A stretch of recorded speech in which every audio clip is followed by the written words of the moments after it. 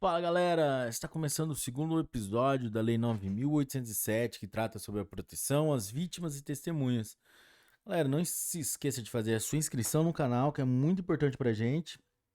E deixe seu like. Vamos lá? Artigo 9.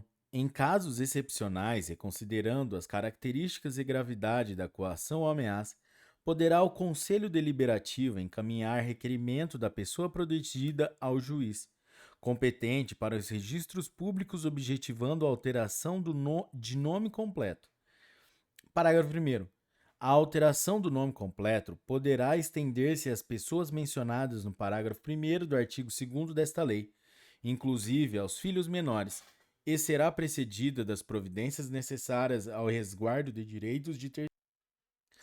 Parágrafo 2º. O requerimento será sempre fundamentado e o juiz ouvirá previamente o Ministério Público, determinando, em seguida, que o procedimento tenha rito sumaríssimo e corra em segredo de justiça. Parágrafo 3º. Concedida a alteração pretendida, o juiz determinará na sentença, observando o sigilo indispensável à proteção do interessado. Inciso 1. A averbação no registro original de nascimento da menção de que houve alteração de nome completo em conformidade com o estabelecido nesta lei, com expressa referência à sentença autorizatória e ao juiz que a exarou e sem a aposição do nome alterado. Inciso 2. A determinação aos órgãos competentes para o fornecimento dos documentos decorrentes da alteração. Inciso 3. A remessa da sentença ao órgão nacional competente para o Registro Único de Identificação Civil, cujo procedimento obedecerá às necessárias restrições de sigilo. Parágrafo 4º.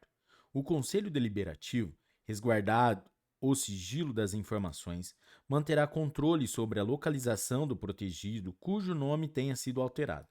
Parágrafo 5º.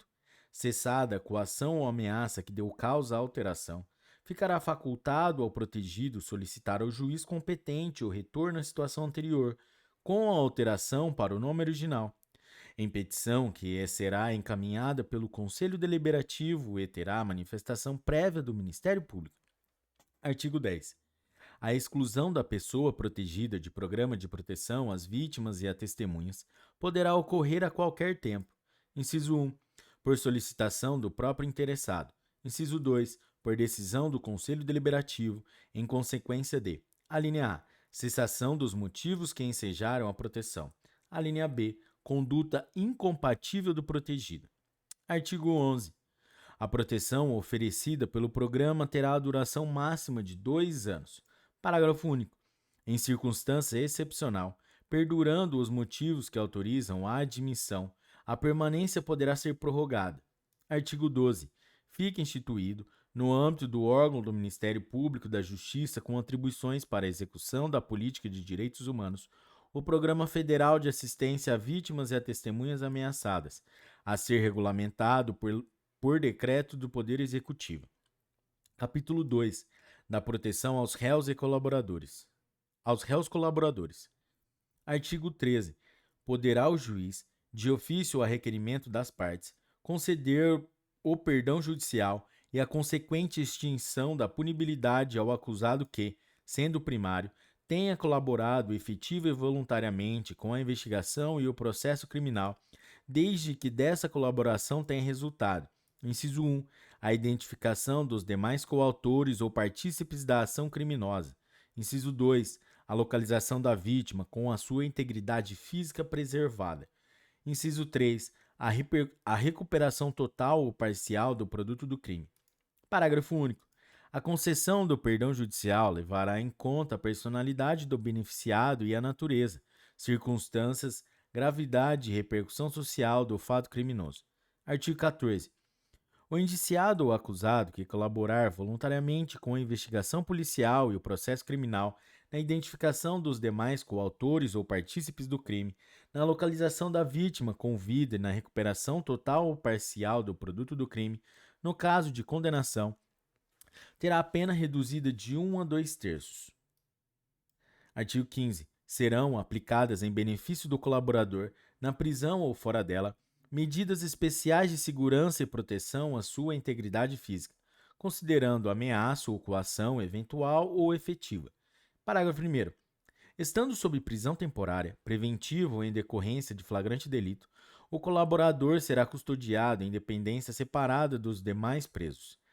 Parágrafo 2º. Durante a instrução criminal, poderá o juiz competente determinar em favor do colaborador qualquer das medidas previstas no artigo 8º desta lei. Parágrafo 3º.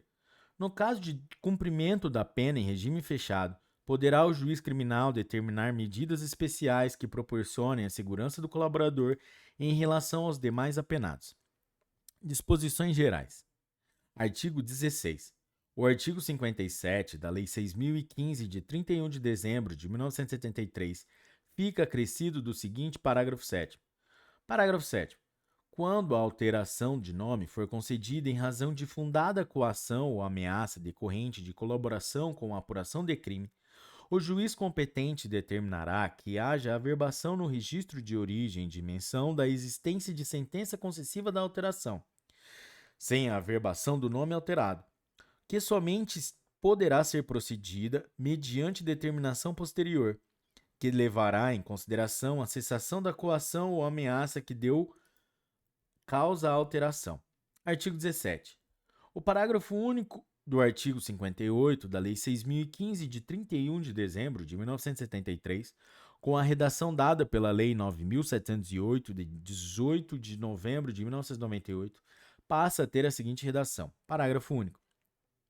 A substituição do prenome será ainda admitida em razão de fundada coação ou ameaça decorrente da colaboração com a apuração de crime, por determinação, em sentença, de juiz competente, ouvido o Ministério Público. Artigo 18. O artigo 18 da Lei 6.015, de 31 de dezembro de 1973, passa a ter a seguinte redação. Artigo 18.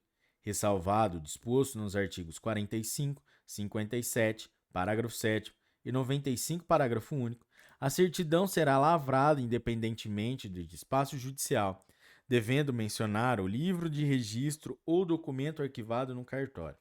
Artigo 19.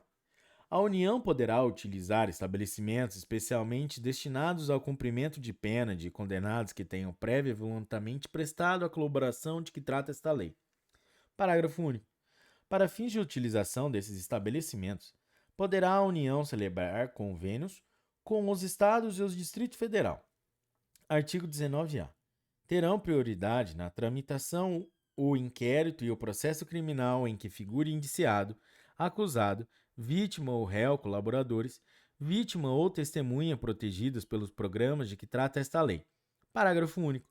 Qualquer que seja o rito processual criminal, o juiz, após a citação, tomará antecipadamente o depoimento das pessoas incluídas nos programas de proteção previstos nesta lei, devendo justificar a eventual impossibilidade de fazê-lo, no caso concreto, ou o possível prejuízo que a oitiva antecipada traria para a instrução criminal.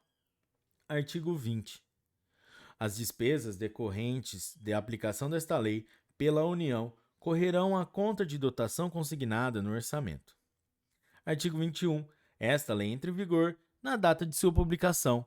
Galera, essa foi a Lei 9.807, que trata sobre a proteção às testemunhas, proteção de vítimas e testemunhas. Se você chegou até aqui, meus parabéns. Bateu a meta.